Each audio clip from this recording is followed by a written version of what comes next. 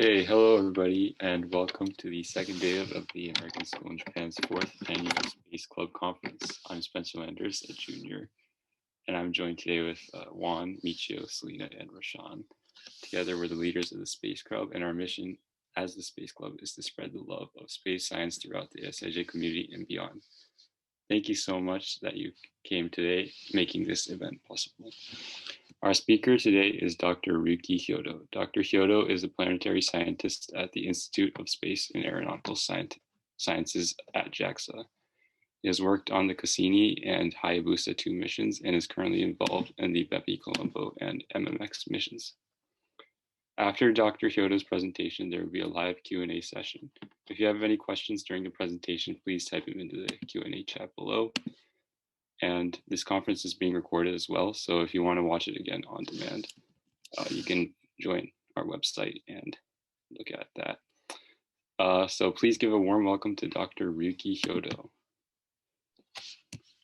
Okay, hello everyone. So thank you very much for inviting me here. It's very honored and it's very pleasure. So today I'd like to talk about my research topic. Here I show the planet formation. And also, since I'm now working at Japanese Space Agency, JAXA, so I'd like to talk about planetary exploration. Okay, so it's a very casual, I think, talk. So please give me comments and questions anytime, actually, and whatever is okay. All right, so let's start. Okay, so firstly, I'm gonna do a very brief my self-introduction. So I call myself, I'm a theorist.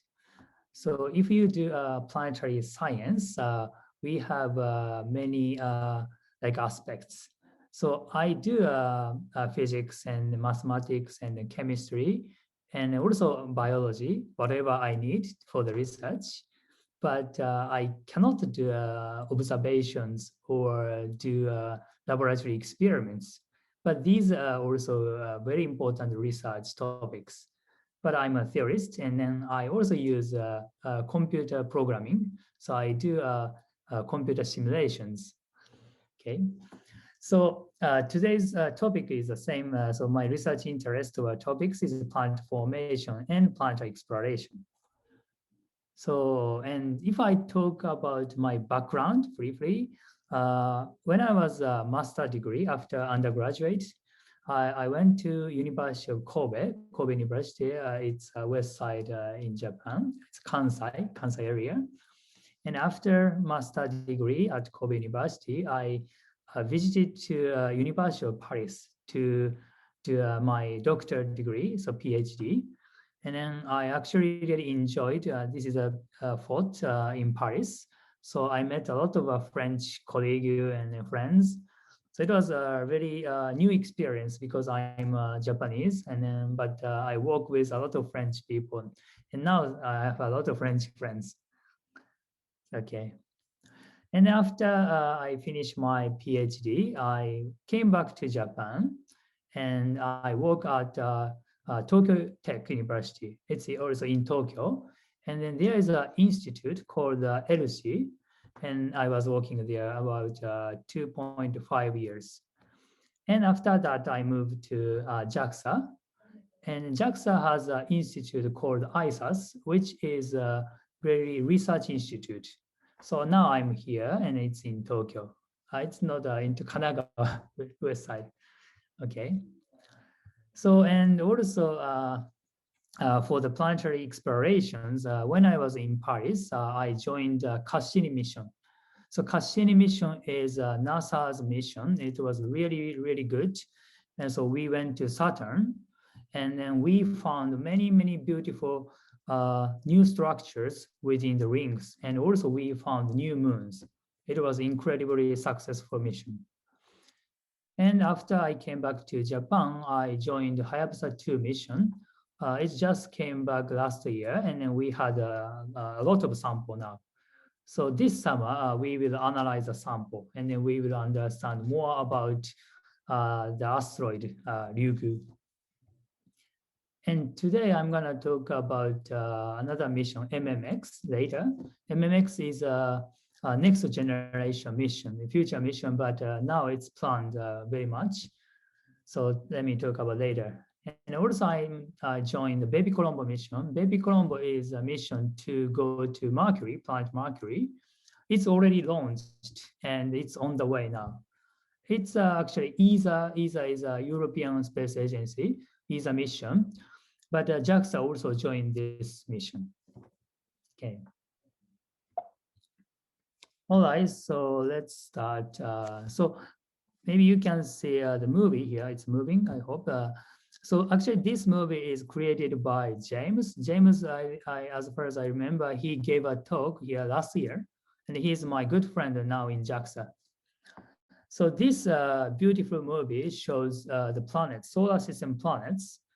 And as you can clearly see that the color is totally different. This indicates the planet's atmosphere or the surface materials are totally different at different planets. And also the spin state is also very different and the spin direction is also different. But this corresponds to how the planets are formed and evolved. So for example, if giant impact occurs on the planet, it changes the spin state as well as the spin direction. So the evolution is very important. Okay. So let's make a figure here. So there is no plot so far, but X horizontal axis being distance to the sun. So if you go right, it indicates you are further from the sun. If you go up, this is a mass. So if you go up, the mass is much larger, okay? And if you plot solar system planets, it looks like this. So you can see that we have two groups in the solar system. One is on the bottom, including the Earth. This is called rocky terrestrial planets. And on the right top, we have another group, which includes Jupiter. This is called the gas and icy giants. So if we compare the mass between the Earth and Jupiter, Jupiter mass is about 300 times than the Earth. So Jupiter is really, really big. And if you talk about what solar system looks like, you have to answer. We have inner rocky planets and we have outer gas giant planets. This is a characteristic of solar system planets. Okay. But if we look at the sky at night, we find a lot of brightening stars like this. And then now we know that we have more than 100 billion of stars in our galaxy. And people think that maybe there's another planet orbiting around these stars, like we orbit around the sun. Okay. And then we came back to this figure, and we finally found the first planet outside the solar system, which is exoplanets. And where did it plot? It is plotted here, and its name is 51 Pegasus B. And then let's look at these planets. So the planet's mass is about, let's say, Jupiter mass. So it looks like a Jupiter planets, Jupiter-like planets. But the position, the location of this planet is a bit weird, because if we put this planet in the solar system, it orbits much, much closer than closer to the sun than Mercury. So it's very, very close to the sun. And what it is like? So it's like this, and it's called hot Jupiter because it's Jupiter size, but it's orbiting very, very close to the central star. So it's very, very hot. So this is found in 1995, and this is a totally new planet. We didn't expect this planet. And now, 2020, more than 2020, now 2021, we have more than 4,000 exoplanets found. And it's plotted like this. And you may wonder, so we do not have like Earth planets, but it's not correct. To find the Earth size is still challenging because the Earth is kind of small compared to Jupiter. So it's a bit difficult to detect by telescope. But in, let's say, 10 years, because we built a new, better telescopes, and then they can find these terrestrial planets. So in the near future, we will have a lot of plots here. But the importance is that we have totally different planets than compared to the solar system planets like this. Okay. But, and by the way, the finding in 1995 is awarded Nobel Prize 2 years ago. It took some time, but it's awarded. It's worth it. So the first topic today, how we can form the planet. This is a planet formation study. And today, let me show two important ideas. One is in situ formation, and the other is a formation with migration. Okay. So let's start with in situ formation. So this idea is not new. It's a very, very classic idea. But let's talk about the solar system. So we have now planets like this around the sun. But let's say 4.6 billion years ago, we do not have the planets. But instead, what we have is we had gas and dust. Gas is a hydrogen and helium gas. And dust is very, very tiny. It's a micron size. And this gas and dust is orbiting around a young sun. And within this gas and dust disk, what we call this protoplanetary disk, the dust accumulate gradually, and it forms a larger and larger object. And after, we can finally form the planets. And then the idea here is literally in situ formation. So the planets grow at current position. So the planets do not move at all. So this was a classic idea. And let's go back to the solar system again. So if we look at the solar system, we have inner rocky planets, and we have big giant planets outside. And this can be explained by in situ formation. This is because if you go further from the sun, the temperature drops. So water vapor also can condense and form a solid. So this means you have more building materials at outer region. So that's why maybe we can form Jupiter and Saturn big. And also this in situ formation is very, very gradual process. So there is no such energetic event. So that's why the planets ended up orbiting very circular orbits. But if we look at exoplanets, for example, hot Jupiter is a Jupiter size, but it's orbiting much, much closer to Sun than Mercury. And also, other exoplanets have very eccentric orbits like this. These are not explained by in situ formation. So that's why we needed another idea. And the second idea is that formation with migration. But how can planets migrate? The answer is in gas disk, for example, and imagine the planets very quickly form, and it is embedded inside this gas disk. And if it is Jupiter-sized planet, because the gravity of Jupiter is very, very strong, the gravity of Jupiter can open the gap like this. This is a result of numerical simulation. And once this kind of a gap is formed, there is a strong interaction with planet and surrounding gas. And then the planets can migrate inward and also outward. And now we think this also happened in the early solar system. So for example, Jupiter and Saturn once migrated inward and then went back to the current position, going outward. This sounds a bit tricky, but if it happens, we can explain a lot of structure in the solar system. So this is a result of numerical simulations.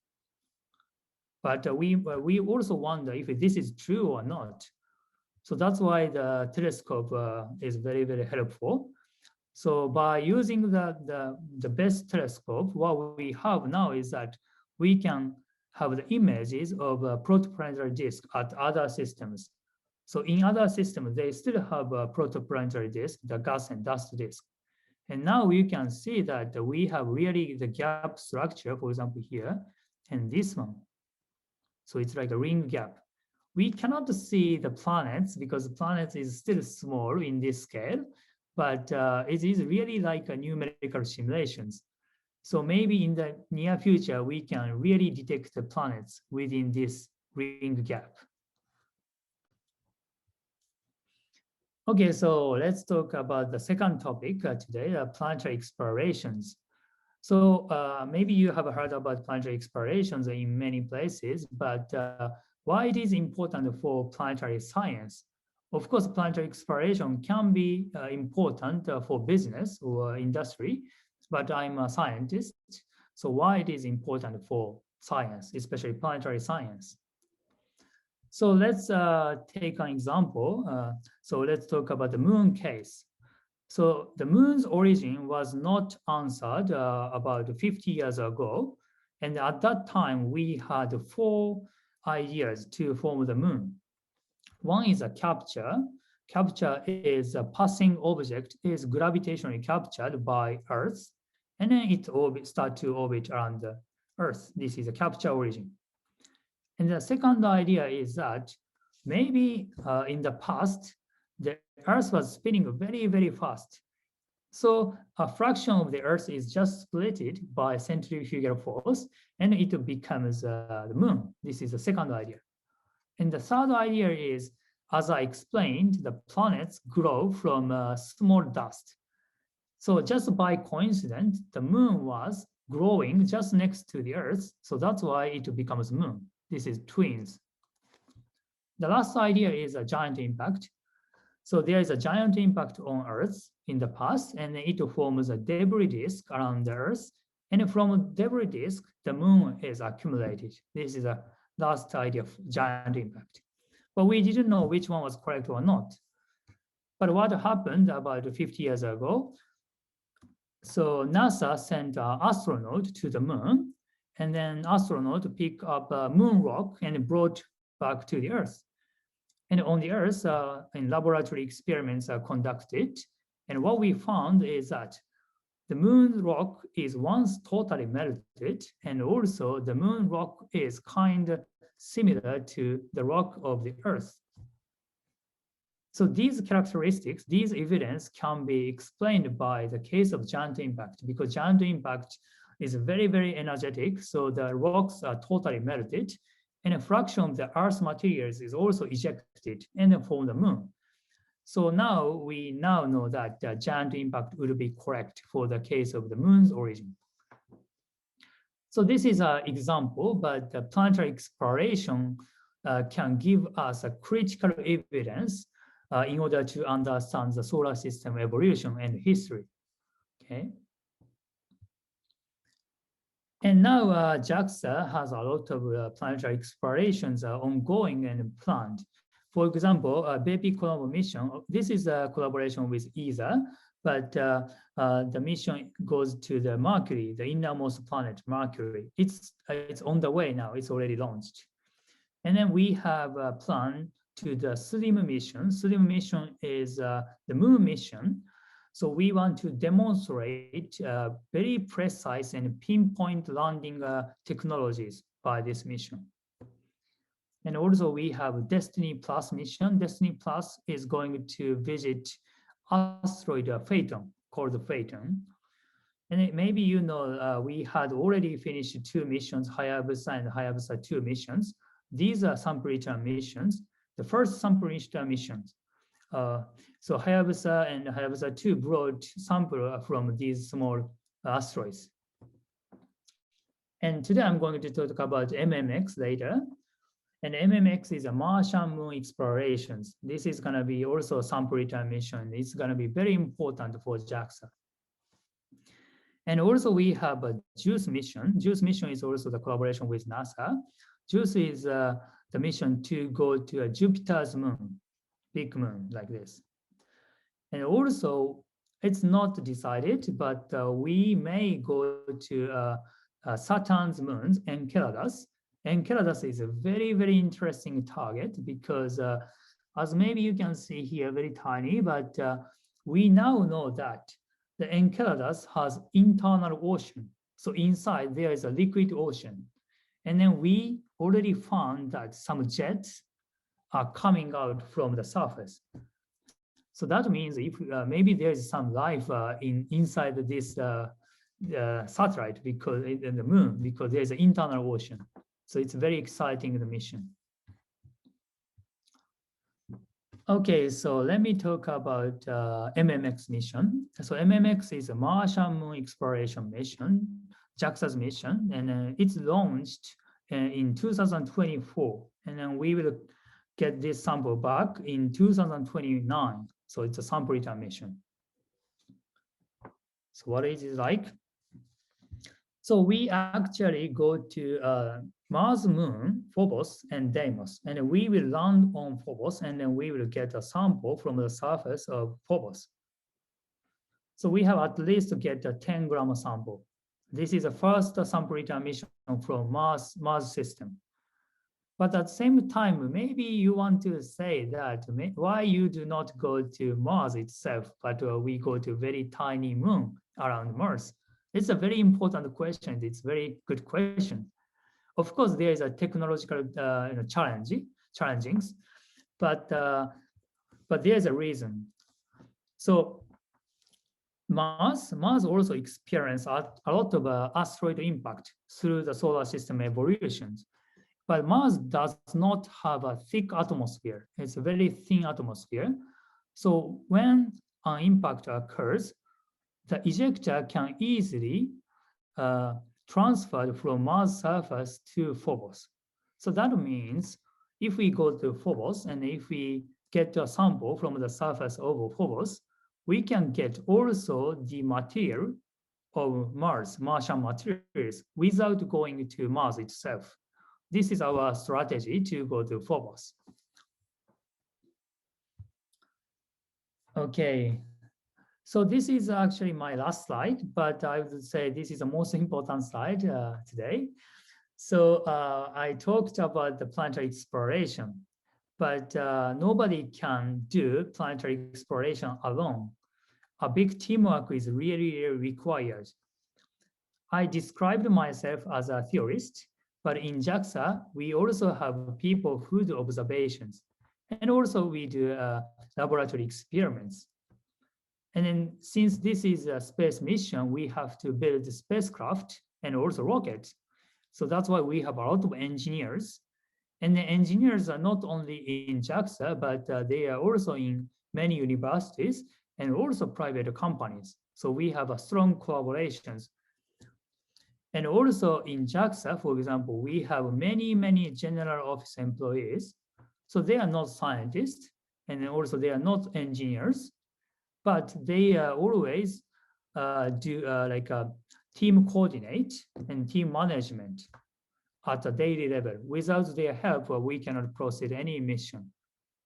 So I would say that planetary explorations are built upon everyone's effort and collaborations. This is, I think, very important. And also, we really appreciate everyone's support because it's a national project, so we need a support from people. And now we have many missions, but most of the mission we collaborate with other countries. So it's an international cooperation. So that's why I also want to appreciate big collaborations.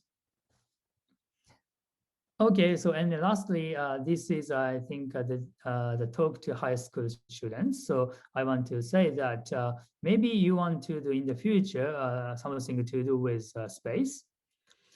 And I think what is important now is that you don't need to really care about what you are going to do.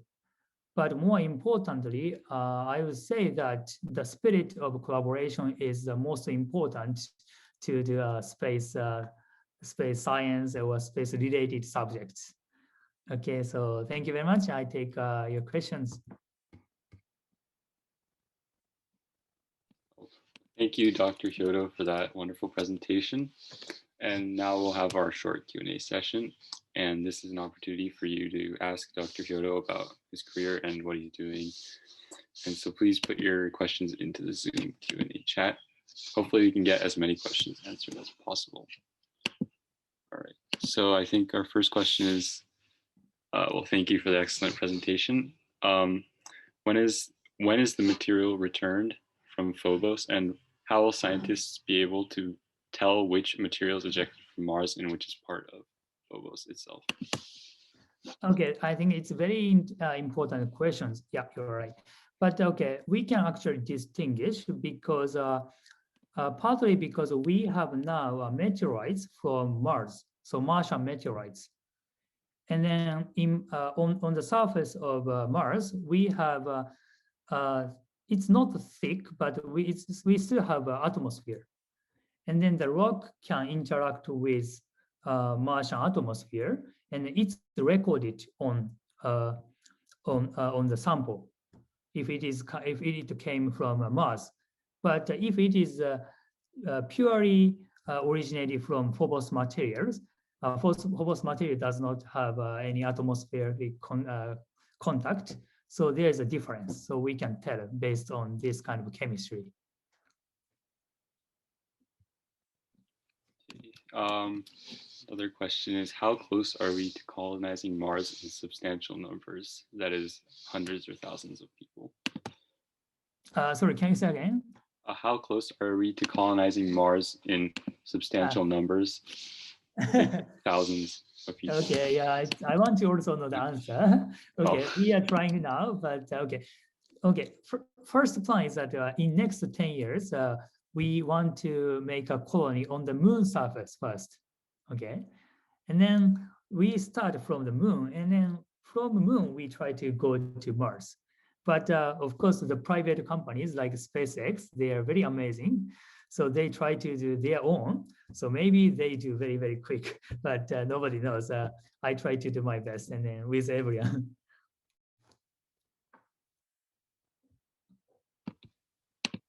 Okay, what is one piece of advice you would give to students choosing to follow the science career path? What would you want students to be aware of when studying science? Okay, that's also a very important question. And so this is my opinion, but so now, okay, the space science, let me talk about this. So the first subject for space is only physics, okay? So the space started with physics or mathematics. But later now we have a lot of chemistry. And then now, since we found this kind of maybe habitable place, so we now have the subject astrobiology. So biology is also now in the space. So by step, we have more subject involving in the space. So I want to say, because you are very young, so please do not limit yourself. Whatever you like, whatever subject you like, it would be important in space in the near future. So whatever you can be any specialist, and then you can do space. So yeah, please do what you want, and then please do the specialist to be a specialist. Thank you. Oh, thank you. So how do you deal with chaos theory in your computer simulations? How do I deal with what in a simulation? Sorry. How do you deal with chaos theory in your computer simulations? What theory? Sorry. Oh, whoops. Let's see. Chaos theory. Yeah. I guess we can come back to this. Yeah, I think we should come back. Okay. So with the successful landing of the Perseverance rover recently, what part of the mission are you most excited about in understanding the history of Mars? Okay, about Mars. Okay. So I'm really interested in Mars actually, because Mars now we knew that once in the past we had oceans. Now we have just a desert on the surface, but we knew that let's say 4 billion years ago, Mars has a big ocean like the Earth's case. So and then now we also knew that maybe water is hidden under the surface as ice. So that's why we want to know where the ice is hidden. This is my big interest. Thank you.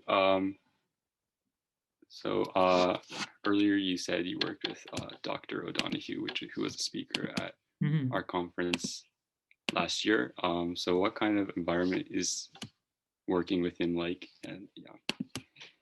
Okay, that's also interesting question. So the James, you're talking about James. So okay, in JAXA, we do not now have a lot of foreign researchers, but JAXA now try to be more international.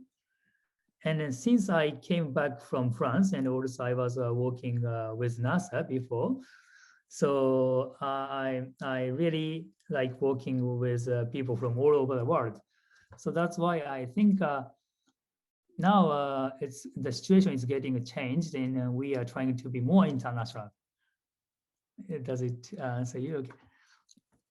Thank you. Yeah, and I also see the chart. It's a chaos. So chaos. Okay, sorry. The previous question you told me, it's a chaos theory. Should I answer? Oh yeah, thank you. Yeah, okay. Chaos theory. Okay, I didn't expect this, but okay, because I do numerical simulation, computer simulations, and I try to solve the orbit of the planets. And then this is very maybe sounds a bit tricky, but if it is just a two body, we can predict the orbit of the planets of the two bodies perfectly. But once we have more than 3 objects orbiting each other, we cannot precisely predict. So that's why we need a computer simulations. And even if we change a small initial location of the planets, the outcome is totally different. So that's called chaos because we cannot predict anything. Okay, is it okay? It's one example of the chaos theory. Thank you. So another question, what kind of simulation technique do you use? Okay, so I already partly already answered. So I do I try to calculate the orbits of the planets. And then again, if we have more than 3 objects, we cannot predict. So that's why we need a computer simulations.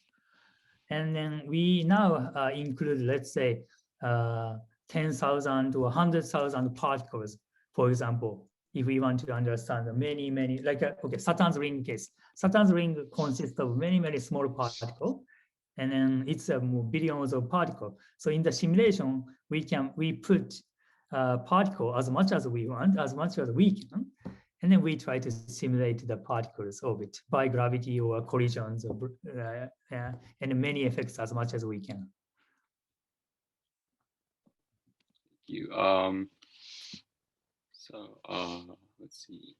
So you have been part of the Cassini mission and Hayabusa 2 and MMX. So are there any missions that you would like to take part in the future? Any possible missions that you would want to see happen? Okay, thank you very much for asking. So, but it's between you and me, of course, but it's gonna be online. It's okay. But what we are planning, but it's not decided. So I would say it's not decided. But again, we really want to go to Saturn again.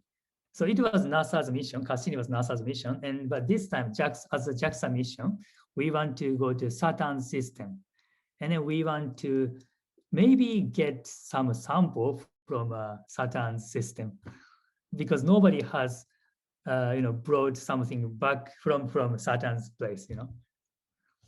It's a plan. Okay.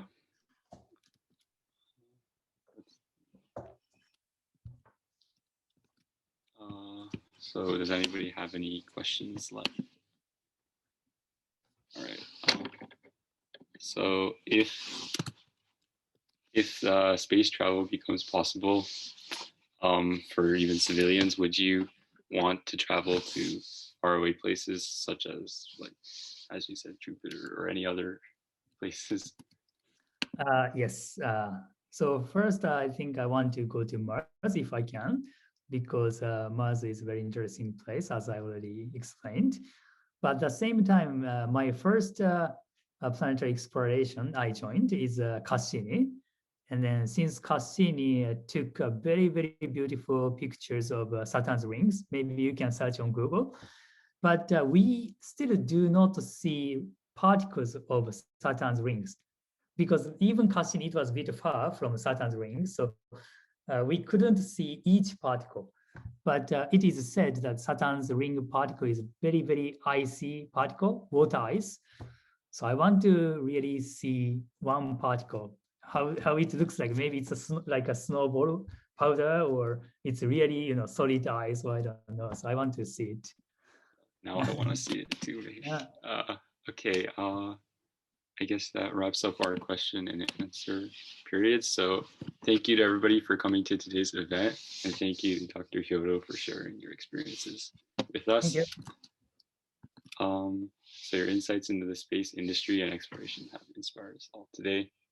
If you have a chance to come talk to us in the future, that would be great. Before we wrap it up today, we would like to remind you that we have another speaker on March the 1st. So if you're interested, please sign up for that as well.